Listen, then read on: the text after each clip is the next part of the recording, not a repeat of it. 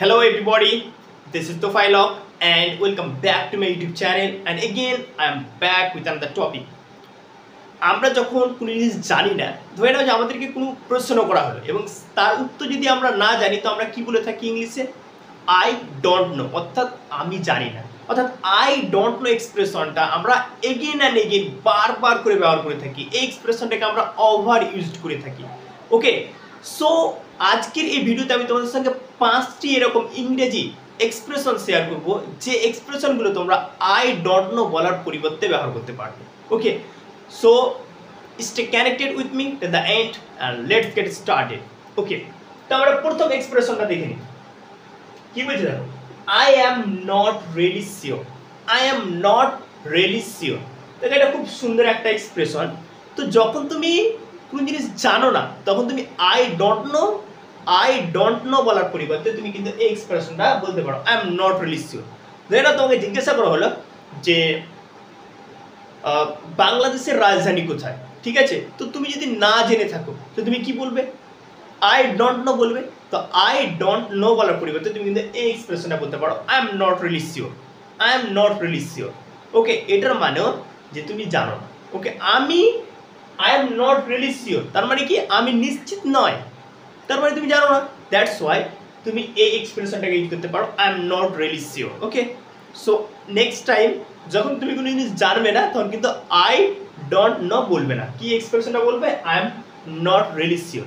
আমি কিন্তু এটা বলছি না যে তুমি আই ডোন্ট নোকে ব্যবহার করতে পারবে না, অবভিয়াসলি তুমি ব্যবহার করতে পারো, কিন্তু তুমি যদি তোমার ইংলিশটাকে বেশি করে ইমপ্রুভ করতে চাও তাহলে একটা এক্সপ্রেশন বারবার না ব্যবহার করাই ভালো। তার জন্য এই এক্সপ্রেশনগুলো তুমি কিন্তু ব্যবহার করতে পারো। তার মধ্যে একটা কি রয়েছে I am not really sure. Okay, the next one I have no idea. I have no idea, ঠিক আছে? এবার ধরে না তোমাকে প্রশ্ন করা হলো যে কবে স্কুল খুলবে। এবার তুমি যদি না জানা থাকে, মানে তোমার যদি না জানা থাকে তো তুমি কি বলবে? আই ডোন্ট নো, মানে আমি জানি না। কবে স্কুল খুলবে? আই ডোন্ট নো, আমি জানি না। তো আই ডোন্ট নোকে অ্যাভয়েড করার জন্য তুমি এই এক্সপ্রেশনটা বলতে পারো আই হ্যাভ নো আইডিয়া, মানে আমার কোনো ধারণা নেই। It means you don't know, right? তো তুমি কিন্তু এই এক্সপ্রেশনটা বলতে পারো I have no idea. I have no idea, it means আমার কোনো ধারণা নেই, অর্থাৎ আমি জানি না। ওকে, তারপরে কি বলছে? তারপরে রয়েছে it's beyond me. It's beyond me, ঠিক আছে? ইটস বিয়ন্ড মি এই এক্সপ্রেশনটাও খুব ভালো এক্সপ্রেশন। ধরে নাও যে তুমি ইতিহাসের ছাত্র একটা, ঠিক আছে? মানে তুমি ইতিহাস নিয়ে পড়াশোনা করছো, ঠিক আছে? কিন্তু তোমাকে প্রশ্ন করছে ফিজিক্সের, ঠিক আছে? তো তোমার কি ফিজিক্সের মানে প্রশ্নের উত্তর দেওয়া সম্ভব? ওটা তো তোমার ক্ষমতার বাইরে হয়ে গেল, তাই না? তো ইটস বিয়ন্ড মি বেসিক্যালি এটার মানে আক্ষরিক অর্থ হচ্ছে যে এটা আমার ক্ষমতার বাইরে। তো ধরে নাও যে তোমাকে ফিজিক্সের প্রশ্ন করা হয়েছে, মানে একজন ইতিহাসের ছাত্রকে ফিজিক্সের প্রশ্ন করা হয়েছে, তো ইতিহাসের ছাত্রটা কি বলবে? যে এটা আমার ক্ষমতার বাইরে। ইট মিনস তুমি জানো না। সো তুমি এই এক্সপ্রেশনটা ইউজ করতে পারো ইটস বিয়ন্ড মি। তোমাকে এমন একটা প্রশ্ন করলো যেটা তুমি কোনদিন শুনোনি, জানো না, ওটা নিয়ে কোনদিন পড়াশোনা করনি, তুমি কি বলবে?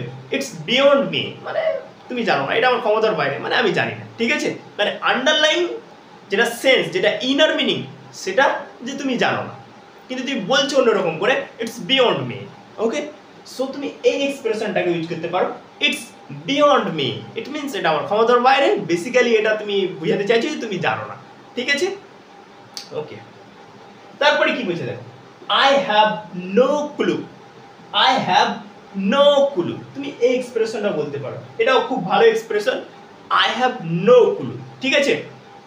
তো ধরে নাও যে তুমি কিচেনে গিয়েছো, ঠিক আছে? তো এবার তুমি রান্না করবে, ঠিক আছে? তো তুমি রান্না কিভাবে করবে তুমি বুঝতে পারছো না, তো তুমি সেই ক্ষেত্রে এই এক্সপ্রেশনটা বলতে পারো যে কি I have no clue what to do in the kitchen room. মানে কিচেন রুমে যে তুমি কী করবে তোমার কোনো কিছু জানা নেই, ঠিক আছে? কোনো ক্লু খুঁজে পাচ্ছ না, ঠিক আছে? সো তুমি এই এক্সপ্রেশনটা বলতে পারো আই হ্যাভ নো ক্লু। এটাও মানে যে তুমি জানো না, ঠিক আছে? তো আমরা কিন্তু এই এক্সপ্রেশনগুলো ব্যবহার করতে পারি আই ডোন্ট নো বলার পরিবর্তে, ঠিক আছে?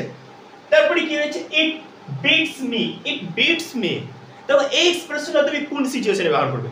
যখন ধরে না কোনো একটা সিচুয়েশন তুমি ভালোভাবে বুঝতে পারছো না, ধরে না কারো বিহেভিয়ার্স, কারো আচরণ তুমি বুঝতে পারছো না, তখন তুমি এই এক্সপ্রেশনটা বলতে পারো ইট বিটস মি।